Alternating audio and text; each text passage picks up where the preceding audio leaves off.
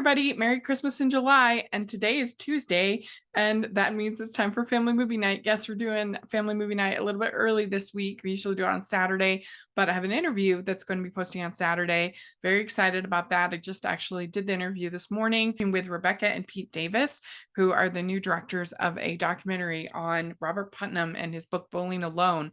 And it's something that I've always had fascination with since I was in college. I really loved that book and the whole idea of social capital and everything. Anyway, you'll enjoy it when you see the interview, and it's cool. A brother sister team putting together this this documentary. But anyway, today we're continuing on Christmas in July, and we're talking about one of the most underrated recent Christmas movies called The Ghosts of Christmas Past. And I really love this movie. I think that it is such a clever script. It's so well done. I really love the premise of this movie. I think it's so smart. It's about this woman who has been kind of ghosting all of these people online. She'll like spend a couple of days talking with them and then will just stop because she loses her nerve. And she goes to this fortune teller at this company party because she's like totally obsessed with work.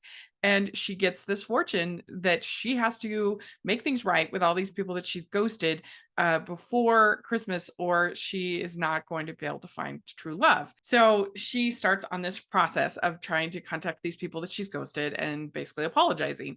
And I think that Annie Clark is a big reason why this works, because she's a very likable actress, and it is a fairly unlikable character, but like she brings the likability, and I think we can all kind of understand where she's coming from, and have all had our moments of at least being ghosted. We understand the phenomenon, and she's trying to make it right. And so I was fine with her kind of growth as a character and her arc.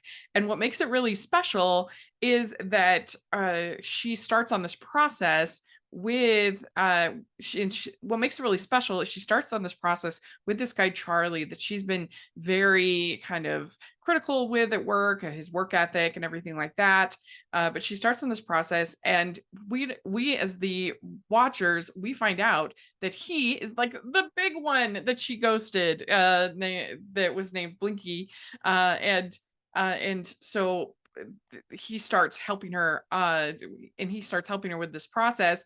And as she it just creates a really fun tension, romantic tension, because we all know that he's Blinky all along, and but she doesn't know it. And at certain points, he tries to like hide the fact that he's Blinky. At one point, he has to put his phone into the sink because he doesn't want her to realize that he's getting the messages meant for Blinky.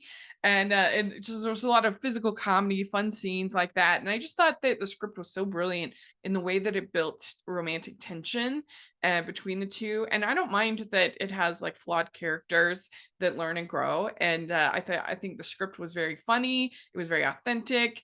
I really even like little details like the sweaters that she wears, and like the way that the office is designed, and it's very like Christmassy, but authentic. And the fact she's an animator is, I think, fun. She's doing a video game, is like a different career. And I just think it's a really good romantic comedy. There's the side plot with her mother and her trying to find this present for her mom that I think works pretty good, again, to kind of give her warmth and growth as a character. And I think that Annie and Dan had like really wonderful chemistry. I got to talk to Dan about this movie and just how unique and special it is. Well, it was so clever because we as the audience know that you're Blinky and that she had ghosted you the whole time that you're helping her research all these, and make amends with these ghostings, that you're like the big one that she ghosted. And it's like, oh, Yeah. and so it builds the romantic tension so well, I think. Yeah, absolutely. It was good. It felt earned when we Mhm. finally get together. Yeah. Yeah, definitely. I think so. And it's just like a Sometimes clever idea for a movie, I think. Yeah, and kind of modern in a way. Not Mhm. that ghosting is modern, but the term is, and it has Yeah. more now that there's so much stuff that's being, so many relationships that are happening online or Yeah. through apps. I guess maybe ghosting is more prevalent than it was. Mhm. So yeah, I thought it was a great idea. And I also got to talk with Annie about the experience, and so that was really wonderful. I thought that it was a really fun script, and particularly the whole idea of ghosting. I think is a kind of an interesting one. And I don't know, what did you think about the movie and like kind of what it had to say about ghosting? I thought it was such a cool sort of change of pace for these types of movies. I think one of the reasons why they're so popular is because we love the tropes and this, the sort of predictable storylines. For some reason, it's so appealing knowing how it's going to go. And although this movie had a lot of the same sort of template that most Hallmark Lifetime TV movies have, I felt like this one had more of a modern spin on it, and not everything was so predictable. And I had a lot of people, a lot of family members say that they learned about ghosting from Oh, really? my movies. I talked with Shannon Latimer, the writer. And so that was really fun because I think really the shining star is the script in this one. I mean, like, I want to go to this office party. It sounds like a fun time. Well, I was like, why? To me, I was like, especially in these films, they push for everything to be so Christmassy. Like, obviously, I mean, that's an obvious thing to say, but it's like, the fact that they're like, that made it through in the concept. But I was like, well, we'll make her like a little bit more of a Miss Santa, It's cute. But yeah, that was in there. Like, I'm like, the scene was mine, but the concept was there with the snow globe, which I thought was great. I wasn't gonna like. Cute. It wasn't my job to be like, I'm going to change everything. I was like, this is good. Why would I get rid of this? This is great. One that a lot of the Christmas people and Hallmarkies haven't seen because it was a year that Lifetime decided to do a movie every single day in December. And that meant that the ones that premiered on the weeknights didn't get as much publicity or as much time. And so they were just kind of dumped. And it was a stupid idea. It didn't work. And this is one of the ones that got the short end of the stick when it came to all of that. And so a lot of people didn't even hear about it, didn't know about it. And so if you're one of those people, I think you should definitely give it a shot. I think it is such a well-written, charming, insightful. It deals with sort of modern issues that we think about today. It's a really good little rom-com, good little Christmas rom-com. The ending is so good when he finally reveals that he was Blinky all along, and it's so good.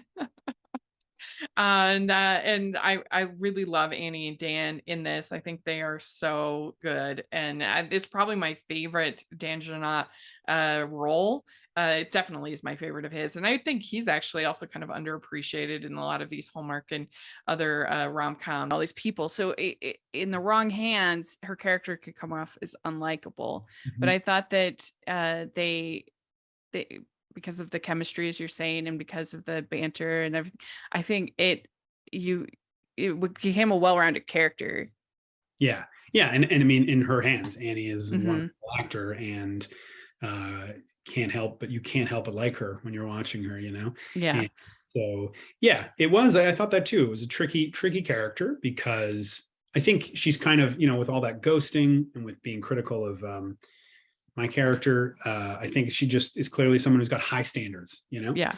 And yeah, those people can come off as aloof or whatever, but no, she was great, and we had a really good time doing it. Other than the fact that we were shooting, in winter jackets and toques when it was like 22 degrees. Yeah. And so yeah, this is one that I think is underappreciated. I really, really enjoyed.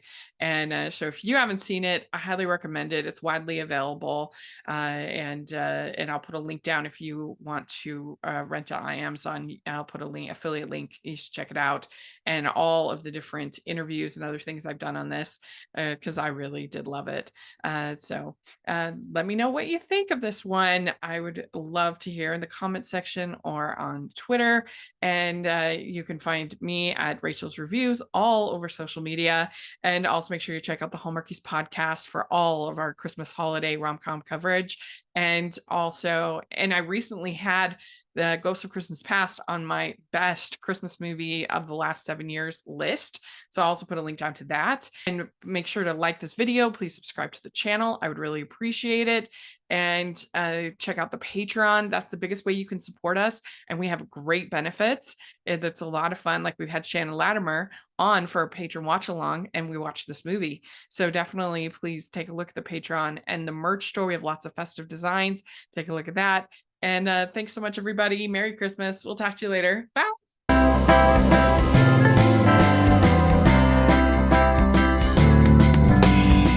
Ho, ho, ho, ho.